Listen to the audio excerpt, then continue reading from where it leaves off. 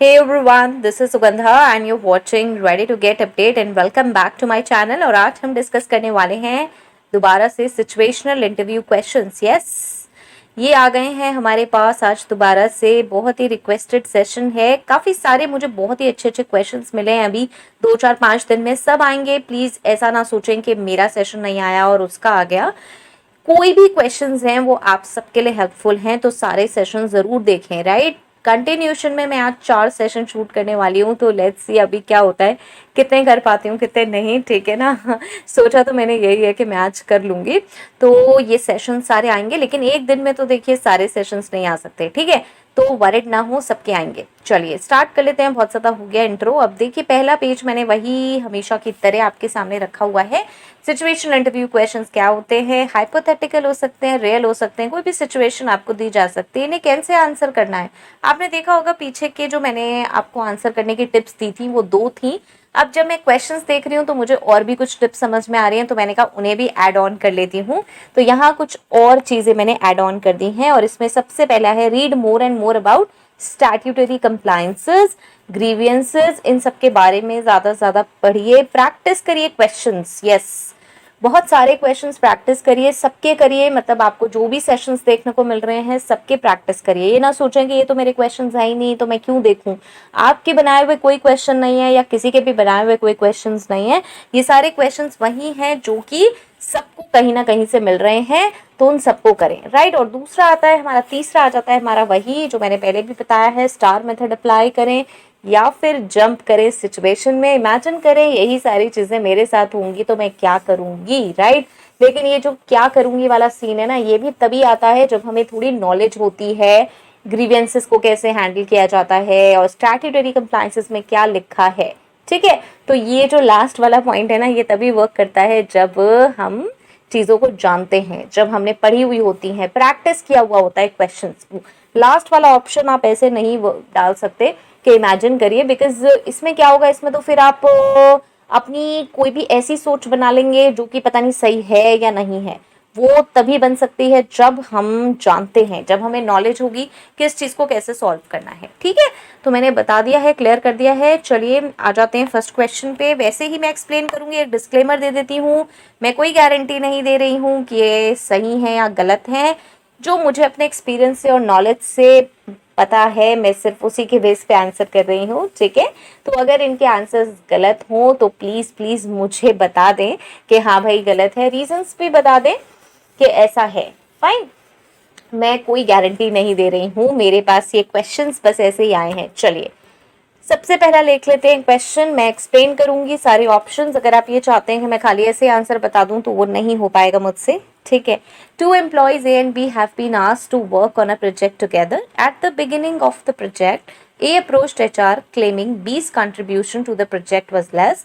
How should HR handle the situation? देखिए A और B एक प्रोजेक्ट पे काम कर रहे थे, प्रोजेक्ट खत्म हो गया तो A आया HR के पास क्लेमिंग B का कंट्रीब्यूशन लेस था प्रोजेक्ट में, और अब HR कैसे हैंडल करे। पहला ऑप्शन देखते हैं, ask A to drop the matter and focus on the project. अच्छा, मतलब कोई एम्प्लॉय आपके पास कोई मैटर लेकर आया और हम कहेंगे भैया ड्रॉप करो और अपने फोकस करो प्रोजेक्ट पे। ऐसा नहीं होता, HR ऐसे नहीं करेंगे, रिस्पॉन्सिबिलिटी लेनी होती है चीज़ों की। ठीक है, B आता है, ask A and B to talk to each other and resolve the matter. Ask to submit a formal complaint to HR, take the complaint to the management and ask them to investigate. देखिए क्या होगा, B वाला कह रहा है ask A and B to talk to each other and resolve the matter. ये सबसे best है कि पहले ए और बी आपस में बात कर लें और रिजॉल्व कर लें। हो सकता है जब ए बी से बात करे तो बी को रियलाइज हो कि हाँ भाई मेरा कंट्रीब्यूशन लेस था, तो वो खुद ही एक्सेप्ट कर ले। ठीक है, तो पहले बात करना जरूरी है, ये बहुत बड़ा ऐसे इशू बनाने वाली चीज नहीं है। इश्यूज तो बाद में बनेंगे जब बी एक्सेप्ट नहीं करेगा या और भी कुछ बातें होंगी। ठीक है, तो सबसे बेस्ट जो आता है वो बी आता है। उसके बाद मुझे लगता है कि अगर ये ऑप्शन नहीं होता या आपको एक से ज्यादा टिक करने हैं तो फिर सी हम ले सकते हैं, ask to submit a formal complaint to HR।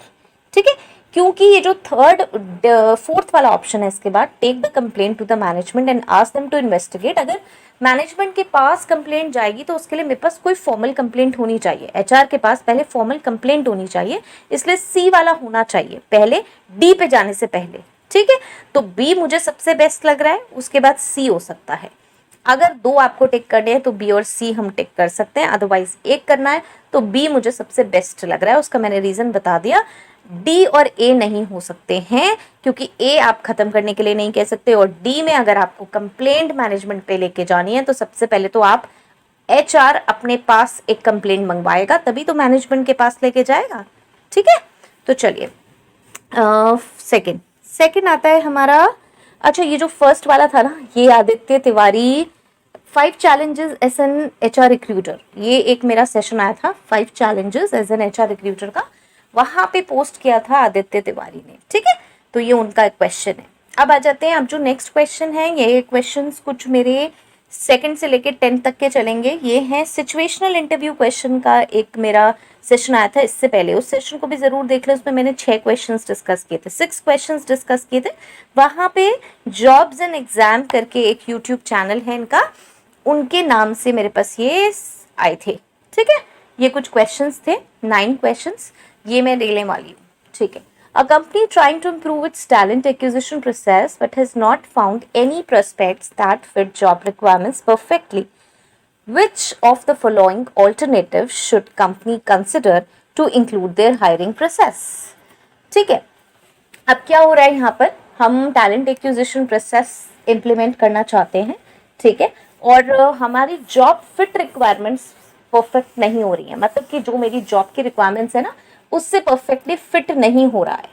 तो अब कौन सा ऑल्टरनेट मेथड हम यूज करेंगे हायरिंग प्रोसेस के लिए? नीचे से रीड करना शुरू करते हैं। Opening up contractual position to be filled temporarily. देखिए, फिट नहीं हो रही है, जो मेरी जॉब रिक्वायरमेंट्स है ना उसके अकॉर्डिंग पर्सन नहीं मिल रहा है।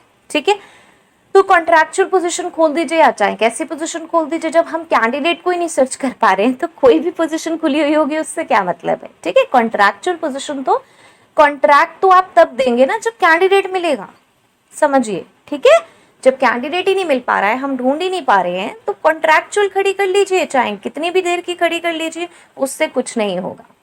सी, hiring employees who have work experience in the different fields. दूसरे एक्सपीरियंस के लोगों को हायर कर लीजिए, मतलब दूसरी फील्ड का एक्सपीरियंस हो उसको हायर कर लीजिए। जैसे कि मार्केटिंग का बंदा चाहिए और हमने किसको ले लिया, हमने एक ऑफिस असिस्टेंट को ले लिया, क्या ये सेट बैठ रहा है? मतलब ऐसे कोई भी फील्ड हो सकती है। तो अभी ये ऑप्शन बहुत ही लास्ट का होता है जब हम डिफरेंट फील्ड्स पे जाते हैं। हम अपने आप से पहले ही नहीं सोचते हैं कि मुझे कोई डिफरेंट फील्ड का बंदा चाहिए, ये तो जब हम ढूंढ रहे होते हैं, सर्च कर रहे होते हैं और बहुत ही अच्छा कोई कैंडिडेट जब टकराता है, करियर स्विच काइंड ऑफ, तब हम इसे देख सकते हैं, लेकिन अपने आप से हम ये स्ट्रैटेजी में नहीं बनाएंगे। बी, ऑप्टिंग फॉर फ्लेक्सिबल या फ्रीलांस पोजिशन। अगेन वही, फ्रीलांस या फ्लेक्सिबल पोजीशन का बंदा ले लीजिए। अरे आप कोई भी पोजीशन कर दीजिए, उससे क्या फर्क हो रहा है जब मेरी जो जॉब की रिक्वायरमेंट्स हैं उसका कैंडिडेट ही मैं ढूंढ नहीं पा रही हूँ। ठीक है, तो अब इसमें क्या होगा, यहाँ आइए, सबसे पहला implementing application tracking system.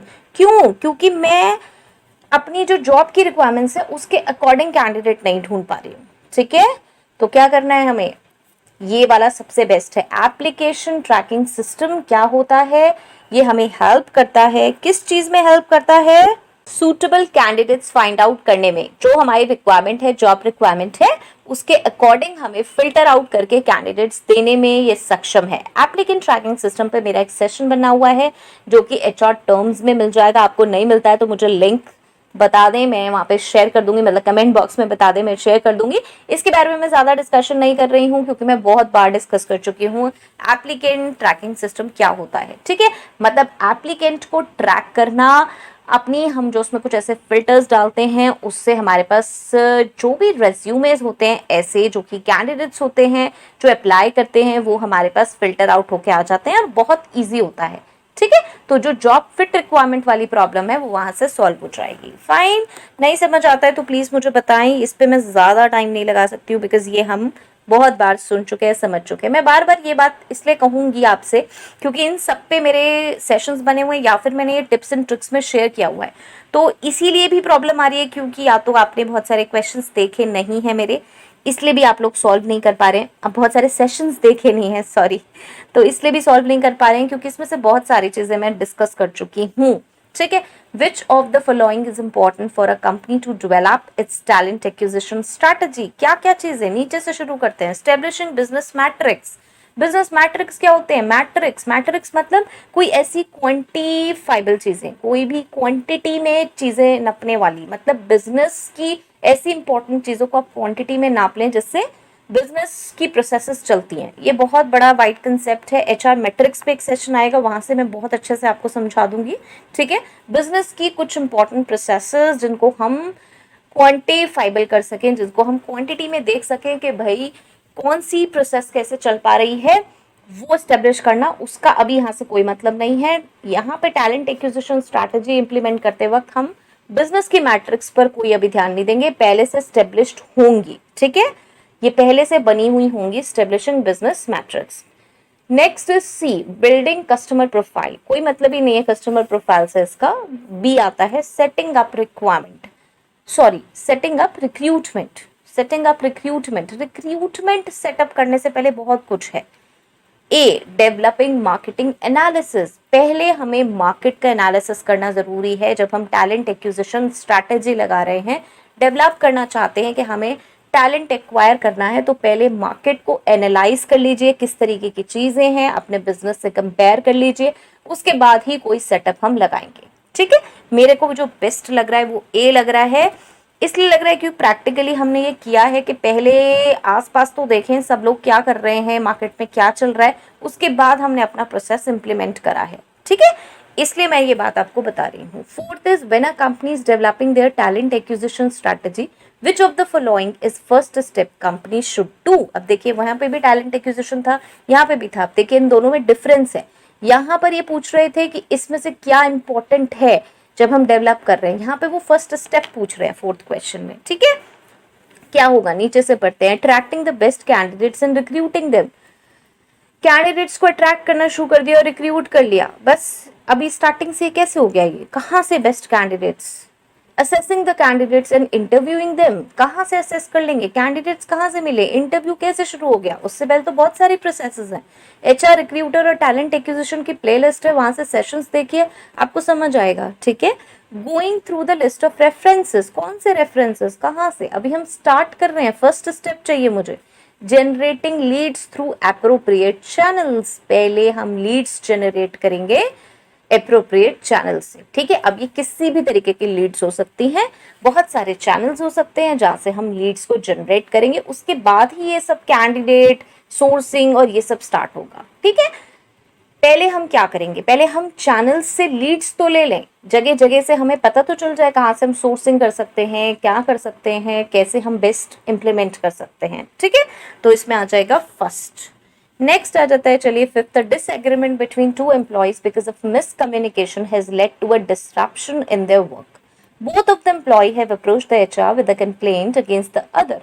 How should HR go about dealing with the issue. अब क्या हो रहा है, दो एम्प्लॉयज के बीच में डिसएग्रीमेंट है और मिसकम्युनिकेशन हो रहा है, मिसकम्युनिकेशन था जिस वजह से डिसरप्शन हो गया वर्क में। अब दोनों एम्प्लॉय जाते हैं एचआर के पास कंप्लेंट लेके, और अब एचआर कैसे डील करेगा। पहले तो पता है अगर हम एम्प्लॉयज है ना और हम सुन रहे हैं इसे, तो देखिए कितनी प्रॉब्लम होती है। अब जब हम किसी से डिसएग्रीमेंट होता है ना, तो देखिए मिसकम्युनिकेशन होता है, काम का भी लॉस होता है, अपना भी लॉस होता है। ये सब ना करें क्रिएट। मैं बहुत बार एम्प्लॉयज को यही गाइड करती हूँ कि वाई, किस चीज़ की लड़ाई है यार, जब आपकी अपनी अपनी पोजिशंस हैं, अपना अपना काम कर रहे हैं, तो क्यों कर रहे हैं डिसएग्रीमेंट। ठीक है, मत करिए और एक बीच का सोल्यूशन निकालिए। ठीक है, ये मेरी अपनी पर्सनल एडवाइस है आप लोगों के लिए।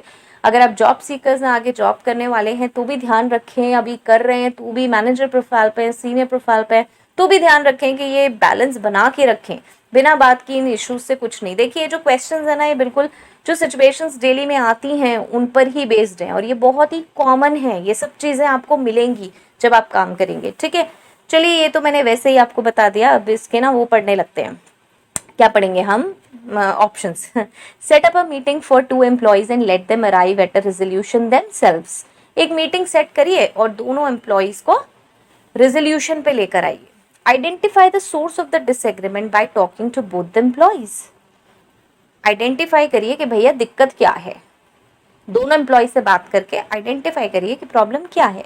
Advise the employees to reduce the interactions between themselves, advise करिए कि भैया रिड्यूस कर दो इंटरेक्शन। कितना गलत है ये। इंटरेक्शन रिड्यूस करने से क्या होगा भाई, दोनों एक साथ काम कर रहे हैं, ठीक है ना, तभी तो काम में प्रॉब्लम आई। अगर बात करना बंद कर देंगे तो काम कैसे होगा भाई, ऐसे काम तो चल ही नहीं सकता। Communicate the conflict to the supervisor of the two employees. देखिए इसमें जो मुझे बेस्ट लगता है, मतलब कन्फ्लिक्ट जो है सुपरवाइजर को बता दो, आपके पास एचआर लेकर आ रहा है, उसको हम करते रहेंगे, लेकिन एक जो सबसे पहली चीज करनी चाहिए, बी पॉइंट आता है, वो सबसे बेस्ट है। Identify the source of the disagreement by talking to both the employees. दोनों एम्प्लॉयज से बात करना जरूरी है। एचआर के पास वो कंप्लेंट लेकर आए हैं, हम ऐसे नहीं टाल सकते कि सुपरवाइजर को कंप्लेंट बता दी और बस हमने कुछ बात ही नहीं करी, कुछ पूछा ही नहीं। भाई सोर्स क्या है, प्रॉब्लम क्या हो रही है, ये डिसएग्रीमेंट जानना हमें ज़रूरी है, ठीक है। तो हम क्या करेंगे, हम दोनों एम्प्लॉयज से जानेंगे, जब वो हमारे पास आ रहे हैं तो हम क्यों पीछे हट रहे हैं, ठीक है। तो जानना ज़रूरी है। मीटिंग वीटिंग और ये सब चीज़ें बात की हैं, पहले हमें जो फर्स्ट चीज़ करनी चाहिए वो क्या करनी चाहिए, हमें आइडेंटिफाई करना है कि प्रॉब्लम कहाँ हो रही है, क्या सोर्स है, ठीक है। चलिए नेक्स्ट आता है, an employee at a office has raised a complaint against another employee regarding the harassment they have been facing. How should company HR deal with this issue. अब क्या है, एम्प्लॉई ने एक कंप्लेंट करी है किसी एम्प्लॉय के अगेंस्ट कि भाई वो मुझे हरास करता है। How should company HR deal with this issue. अब आप देखेंगे बहुत सारे ना क्वेश्चंस इसमें मुझे लगे सिमिलर से हैं, लेकिन सिमिलर होते हुए भी ना उनमें कुछ माइनर सी चेंजेस हैं। ध्यान से सुनिएगा मेरी बात को, पता नहीं आप लोग सुन रहे हैं नहीं सुन रहे हैं, आप सिर्फ ऑप्शन सुन रहे हैं, आई डोंट नो आप ये जो मैं बोल रही हूँ बीच में एडवाइजेस ये सुनते हैं नहीं सुनते हैं, ये भी मुझे बताएं कि आपके ध्यान से सुन रहे हैं नहीं सुन रहे हैं, अदरवाइज इतना बोलने का भी कोई बेनिफिट नहीं है। चलिए तो अब इसमें माइनर से डिफरेंस है। माइनर डिफरेंस क्या है, जैसे वर्ड्स जो यूज हो रहे हैं ना उस पर ध्यान दीजिए, डिसएग्रीमेंट, मिसकम्युनिकेशन, ठीक है, मिसरिप्रेजेंटेशन या फिर हेरासमेंट, पीछे कौन सा वर्ड यूज हुआ था, मिसकम्युनिकेशन, डिसरप्शन, इन सबके वर्ड्स के ना अलग अलग मीनिंग है, तो सबके आंसर सेम नहीं हो सकते। बहुत बार आप देखेंगे मैं अलग अलग आंसर्स दूंगी इन ऑप्शंस में। हाँ मुझे ये बात भी बतानी थी, बहुत सारे क्वेश्चंस आप लोगों के सिमिलर से हैं, लेकिन उसमें ना कुछ वर्ड्स डिफरेंट हैं बीच में, जिनके मीनिंग डिफरेंट है, जिस वजह से मेरे जो ऑप्शंस है वो डिफरेंट हो जाएंगे, और ऑप्शंस भी बहुत बार डिफरेंट दिए हुए हैं। तो जो बेस्ट ऑप्शन होगा मैं उसे चूज करूंगी। हो सकता है क्वेश्चन आपका सेम हो लेकिन जो ऑप्शंस दिए हुए हैं वो डिफरेंट हो, तो मेरा आंसर भी इस वजह से डिफरेंट होगा। तो हर चीज को बारीकी से सुन के समझें और मुझे भी बताएं कि हाँ भाई अगर कहीं गड़बड़ है तो प्लीज मुझे भी गाइड करें। हो सकता है कहीं मैं भी मिस्टेक कर रही हूँ ध्यान ना रह रहा हो और कहीं मिस्टेक हो रही हो, तो मुझे जरूर बता दें कि मैम यहाँ पे कुछ गड़बड़ लग रही है, ठीक है। तो चलिए चलते हैं, अब इसमें क्या है, कहाँ पे थे हम यहीं पे थे 6th में, ठीक है। अब इसमें ना हाँ एक चीज़ मुझे और इसमें बतानी थी जो मैंने क्वेश्चंस में फाइंड आउट करी, मैं बार बार मैंने कुछ क्वेश्चंस की क्वेरी भी रेस करी है कमेंट बॉक्स में, तो शायद आप थोड़ा सा समझ नहीं पाए कि मैं क्या पूछ रही हूँ। मैं जिसको करी है, मतलब मैं आपसे नहीं कह रही हूँ जिनका ये क्वेश्चन है, मैं और सब सुन रहे होंगे शायद जिन्होंने औरों ने भी क्वेश्चंस पोस्ट करे। एक तो स्पेलिंग्स कुछ मिस्टेक हैं, एक कुछ वर्ड्स में भी चेंजेस हैं, ग्रामेटिकल एरर्स भी बहुत सारी हैं इन क्वेश्चंस में, आंसर्स जो पॉइंट्स दिए हुए हैं वो भी काफ़ी गलत लिखे हुए से हैं। तो मैंने उनसे पूछा तो उन्हें लगा कि शायद मैं ये वाला टिक कर रही हूँ, मैंने जैसे बी में कोई चीज़ पूछी या सी में कोई पूछी तो उन्होंने लगा कि मैं आंसर बता रही हूँ, बट मैं आंसर नहीं बता रही थी, मैं उनसे क्वेश्चन पूछ रही थी कि भाई ये पॉइंट ठीक लिखा है या नहीं लिखा है। तो उन्हें ऐसा लगा कि मैं ये कह रही हूँ कि भाई ये है, उन्होंने फिर रीज़न पूछना कमेंट बॉक्स में स्टार्ट कर दिया। तो ऐसा नहीं है, मैं ऐसे कमेंट बॉक्स में आंसर नहीं कर रही हूँ, ये मैं अलग से सेपरेट ही ले रही हूँ। तो चलिए वो खैर मैंने फाइंड आउट कर लिया कि वो गलत है स्पेलिंग या सही है या क्या है। यहाँ पे भी मुझे कुछ इसमें गलत लग रहे हैं ऑप्शंस, मैं बताती चलूँगी। मैं सोच रही थी कि मैं इसे ठीक कर दूँ, लेकिन मैंने इसलिए ठीक नहीं करा क्योंकि अगर मैंने इसको ठीक कर दिया ऐसे ही तो आपको कभी पता नहीं चलेगा कि कहाँ गलती है, ठीक है, क्योंकि ये वर्ड्स आपको भी यूज़ करने पड़ेंगे। यस, अगर आप किसी एचआर का एग्ज़ाम दे रहे हैं ना, मतलब ये एग्ज़ाम्स, अगर कोई भी आप ऐसा एग्ज़ाम दे रहे हैं जिसमें ये एचआर पोजीशन के लिए क्वेश्चंस पूछे जा रहे हैं, तो ये क्वेश्चंस, ये वर्ड्स, ये सारी चीज़ें आपको फेस करनी होंगी। ये यहीं तक नहीं है आप सोच रहे हैं हाँ भाई एग्ज़ाम दे के पास हो जाएंगे, नहीं, बार बार आपके सामने जब लोग आएंगे तो आपको उन्हें एड्रेस करना पड़ेगा। एड्रेस मतलब उन्हें इन्हीं वर्ड्स से बोलना पड़ेगा कि आप कौन हैं और आप कौन नहीं हैं, तो वहाँ आप गलतियाँ करेंगे, इसलिए मैं बताना चाहती हूँ। सबसे पहला इसमें ऑप्शन दिया हुआ है, देखिए, send a notice to the complainee regarding their misbehaviour, ठीक है। अब इसमें क्वेश्चन क्या था, एम्प्लॉय ने क्या रेस करा है, एक एम्प्लॉय ने दूसरे एम्प्लॉय के अगेंस्ट हरासमेंट की बात बताई है, ठीक है। How should company HR deal with this issue, company HR कैसे डील करे। Send a notice to the complainee regarding their misbehaviour. देखिए कंप्लेनी वर्ड मुझे कुछ गड़बड़ लग रहा है, ये एक्यूज्ड या अपेलेंट होना चाहिए, मतलब जिसके अगेंस्ट हम कह रहे हैं, क्योंकि नोटिस आप किसको भेजेंगे, नोटिस आप किसको भेजेंगे, उसे भेजेंगे ना जिसके अगेंस्ट ये कहा गया है, जिसके को कहा गया है कि भाई ये मेरे को हरासमेंट कर रहा है, ठीक है। तो ये जो कंप्लेनी वर्ड है इसको आप गूगल पे भी चेक करिएगा, मुझे इसके कुछ अच्छे ऑप्शंस नहीं मिले, मुझे क्या लग रहा है ये एक्यूज्ड है या अपेलेंट है, ठीक है। तो हम किसको, ये जो ऑप्शन है ये ऑप्शन क्या कह रहा है actually, send a notice to the appellant या फिर एक्यूज्ड रिगार्डिंग देयर मिसबिहेवियर, मतलब नोटिस हमें सेंड करना है किसको, जो एम्प्लॉई हरासमेंट कर रहा है दूसरे एम्प्लॉय को, ठीक है, उसके मिसबिहेवियर के लिए हम दूसरे को उसे ही तो भेजेंगे जिसके अगेंस्ट हमारे पास कंप्लेंट आई है, ठीक है। Second is B, request the complaint to avoid contact with the coworker. देखिए यहाँ पे फिर ये गलत है, रिक्वेस्ट द कंप्लेनेंट, जो हमें कंप्लेंट कर रहा है ना उसको कंप्लेनेंट बोलते हैं, ठीक है। मैं यहाँ पे साइड में लिख भी दूंगी स्पेलिंग, कंप्लेनेंट होना चाहिए, ठीक है। Request the complainant to avoid contact with the coworker, ठीक है। हैव अ प्राइवेट चैट, मतलब उससे बात ही करना, सॉरी बी वाले ऑप्शन का मतलब ये है कि आप बात ही मत कीजिए कोवर्कर से, ठीक है। ये कोई ऑप्शन नहीं होता कि आप बात ही करना छोड़ दो, ये कहीं नहीं, ये मत कभी भी सजेस्ट कीजिएगा, ठीक है।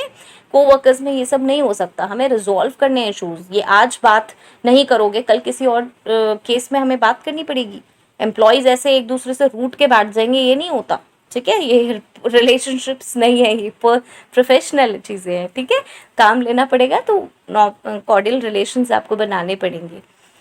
Have a private chat, see, have a private chat with the complainant to determine the cause behind the actions, ठीक है।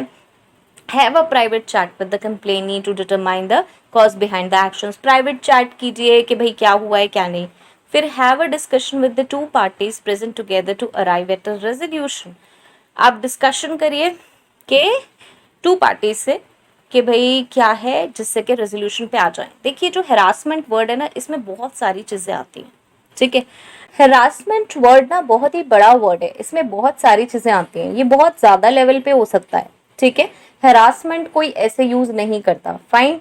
सो मैं इस वर्ड को बहुत ज़्यादा कंसिडर करते हुए फर्स्ट वाला ऑप्शन दे रही हूँ, send a notice to the complainee regarding their misbehaviour. हमें पूछना ज़रूरी है, हरासमेंट छोटी चीज़ नहीं होती, किसी को हरास करना एक ये खाली छोटी सी लड़ाई नहीं है या मिसकम्युनिकेशन नहीं है, इसीलिए मैंने आपसे कहा कि वर्ड्स का ध्यान रखें।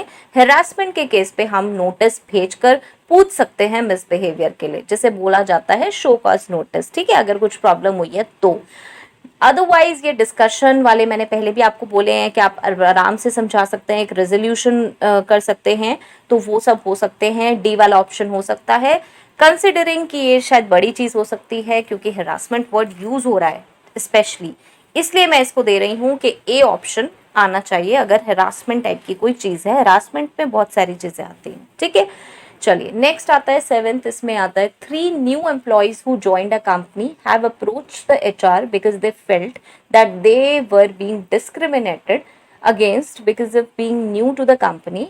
How should company HR handle the situation. Sorry ये ना कुछ गड़बड़ भी लिखे हुए हैं ग्रामेटिकली भी। 3 new employees who joined a company have approached the HR because they felt that they were being discriminated against because of being new to the company. How should company HR handle the situation। चलिए इसमें क्या कह रहे हैं, 3 employee HR के पास आए, उन्हें ऐसा लग रहा है भाई डिस्क्रिमिनेशन हो रहा है, क्यों हो रहा है, क्योंकि वो नए आए हैं। अब HR कैसे हैंडल करेगा।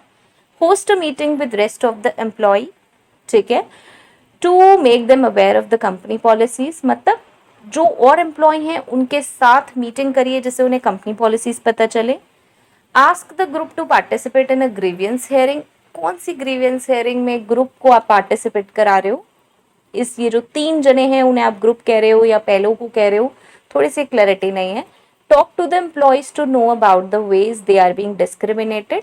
D, ask the employees to address those who are discriminated against them. देखिए एम्प्लॉयज ने बताया है कि डिस्क्रिमिनेशन हो रहा है। सी पॉइंट देखिए, talk to the employees to know about the ways they are being discriminated. Employees से पूछिए पहले, ऐसा नहीं है कोई एम्प्लॉय आ रहा है तो हमें बात करनी है ना, हमें उससे पूछना है तो कैसे डिस्क्रिमिनेट हो रहे हैं, आपको क्या लग रहा है डिस्क्रिमिनेशन की क्या डेफिनेशन है भाई, किस लिए आपको लग रहा है कि भाई किस तरह से आपको डिस्क्रिमिनेट किया जा रहा है। उसी के बाद तो हम पॉलिसीज के बारे में बात करेंगे, या फिर कोई ग्रीवियंस हियरिंग होगी, या फिर और बातें आएंगी। ठीक है, मैं ये इमेजिन कर रही हूँ कि जब वो बता रहे हैं कि डिस्क्रिमिनेशन हो रहा है, तो हो सकता है उन्होंने बता दिया हो कि कौन कर रहा है, इसलिए मैंने डी वाला ऑप्शन नहीं लिया है।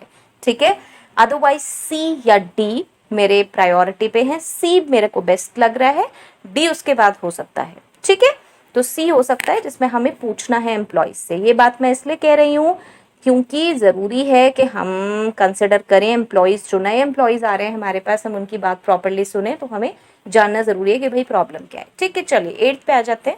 N employee at a company has approached the HR with a concern they have been feeling discriminated against because of their gender, what steps can HR take to make the employee comfortable. ठीक है, अब क्या हो रहा है, एक employ आया किसके पास, HR के पास।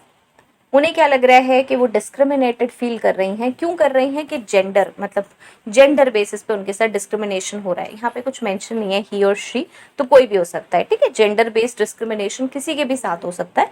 तो उन्हें ऐसा लग रहा है कि भाई मुझे डिस्क्रिमिनेट किया जा रहा है on the base of gender. ठीक है, हमें क्या करना है, चलिए पढ़ते हैं। Ask employee to confront those individuals who have been discriminated against them. Employee से कहिए कि भाई कन्फ्रंट करिए। ठीक है, चलो इस पे आएंगे, कन्फ्रंटेशन की बात करेंगे। B, ask management to assign the employee to a team where they would feel more comfortable. मतलब कोई ऐसी टीम में डाल दो जहाँ पे वो कंफर्टेबल हो। अरे भाई क्यों डिस्क्रिमिनेशन को क्यों आगे बढ़ावा दे रहे हैं, पहले उसको सॉल्व करेंगे ना हम, क्या प्रॉब्लम है, क्यों हो रहा है ये। ऐसे तो हम प्लेसेस ही चेंज करते रहेंगे, लोकेशन चेंज करते रहेंगे एम्प्लॉयज़ की, और हम उन्हें क्यों फेवर कर रहे हैं जो डिस्क्रिमिनेशन कर रहे हैं। ठीक है, ऐसे नहीं कर सकते हम। हमें पहले जो डिस्क्रिमिनेशन कर रहे हैं लोग, उन्हें फाइंड आउट करना पड़ेगा, और या फिर हमें उनके लिए भी कुछ करना पड़ेगा। ठीक है, तो इस तरीके से हम नहीं कर सकते कि हम उसी एम्प्लॉय को बदल दें या टीम बदल दें। नेक्स्ट आता है C, call for meeting with the employees to remind them about the anti discrimination policy of the company. Employees को बुलाइए और उन्हें रिमाइंड कराइए एंटी डिस्क्रिमिनेशन पॉलिसी नाम की चीज़ एग्जिस्ट होती है कंपनी में। ठीक है, बहुत अच्छा ऑप्शन है। और D, call for a meeting with the employees to run a gender sensitization program. अब देखिए, ये सी और डी मैं आपको अच्छे से समझाना चाहती हूँ। ऊपर के 2 ऑप्शन आपको खुद ही समझ आ जाएंगे कि हमने क्यों नहीं ले रहे हैं। सी ऑप्शन मुझे सबसे बेस्ट लग रहा है। क्यों, एंटी डिस्क्रिमिनेशन पॉलिसी के बारे में एम्प्लॉयज़ को रिमाइंड कराना ज़रूरी है। हमारे यहाँ अगर एंटी डिस्क्रिमिनेशन पॉलिसी है तो उसको एक बार रिमाइंड कराइए मीटिंग में एम्प्लॉयज़ को, क्योंकि हमने पॉलिसी बना दी, हो सकता है पॉलिसी इम्प्लीमेंट नहीं हो पा रही है, लोगों को रिमाइंड याद नहीं है। अब यहाँ पे क्या हो रहा है, यहाँ पे जेंडर डिस्क्रिमिनेशन हो रहा है, और आप कहेंगे कि भाई आप एंटी डिस्क्रिमिनेशन की बात कर रहे हो, डी वाला ऑप्शन क्यों नहीं ले रहे हो, जेंडर बेस वाला। तो देखिए एक बात समझिए, आज जेंडर डिस्क्रिमिनेशन हो रहा है, हो सकता है कल किसी और तरीके का डिस्क्रिमिनेशन हो।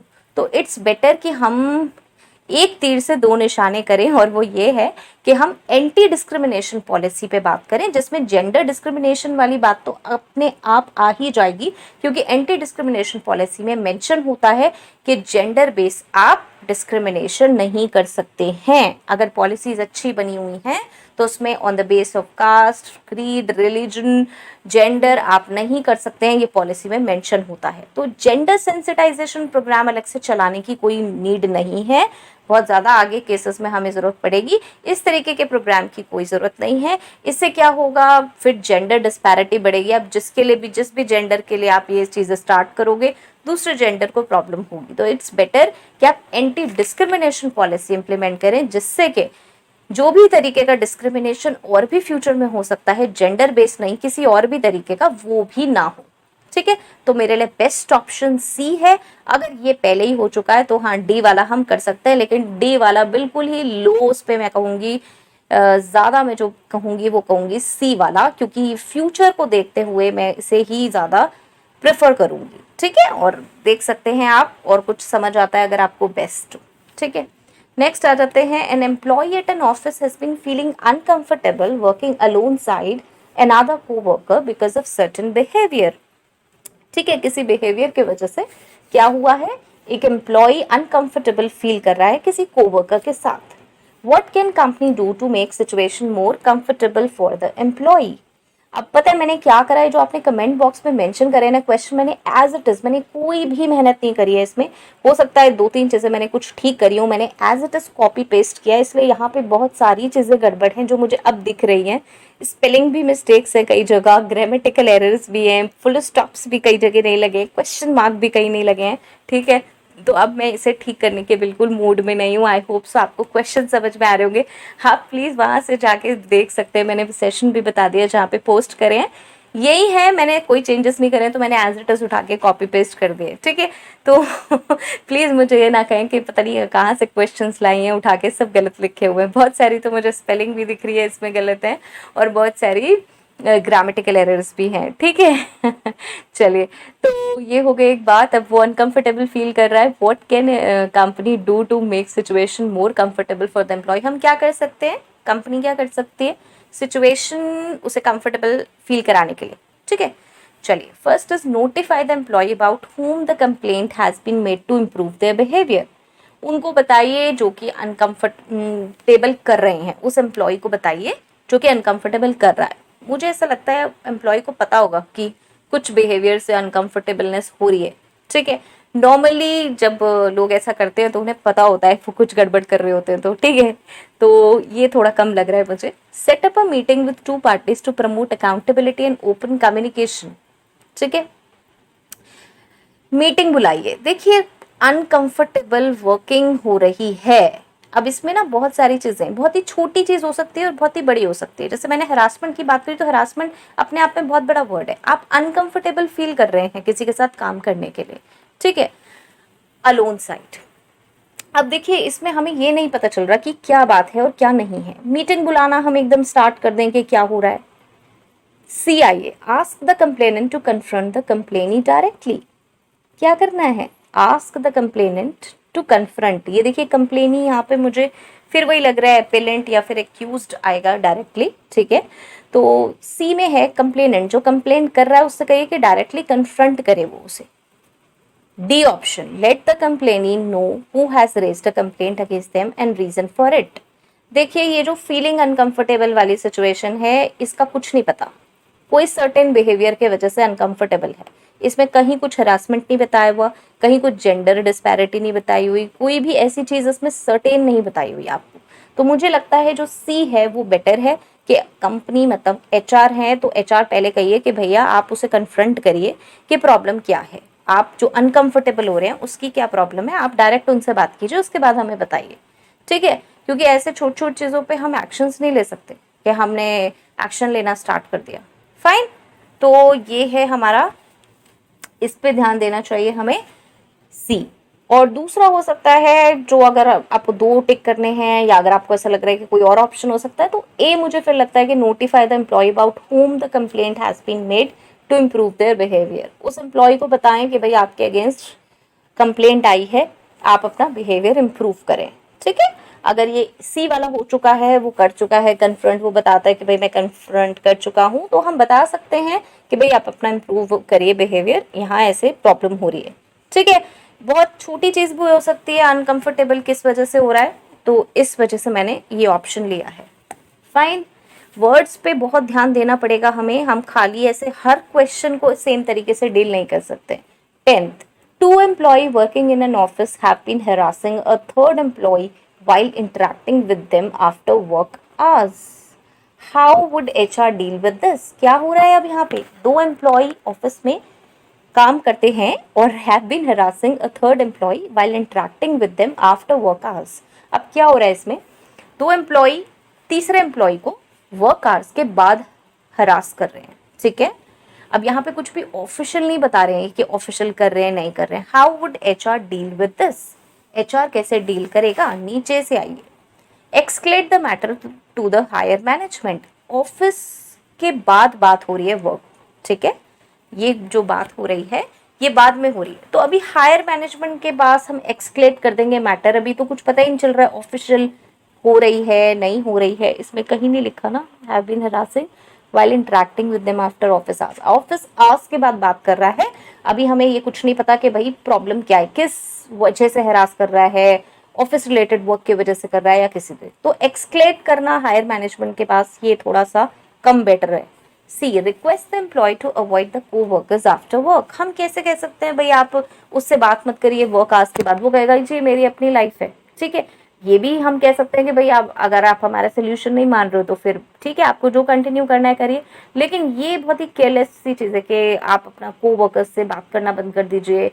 ये हम पर्सनली तो एडवाइस कर सकते हैं, लेकिन प्रोफेशनल एडवाइस अगर हमें किसी को देनी है तो ये प्रोफेशनल एडवाइस नहीं हो सकती कि आप बात करना बंद कर दें।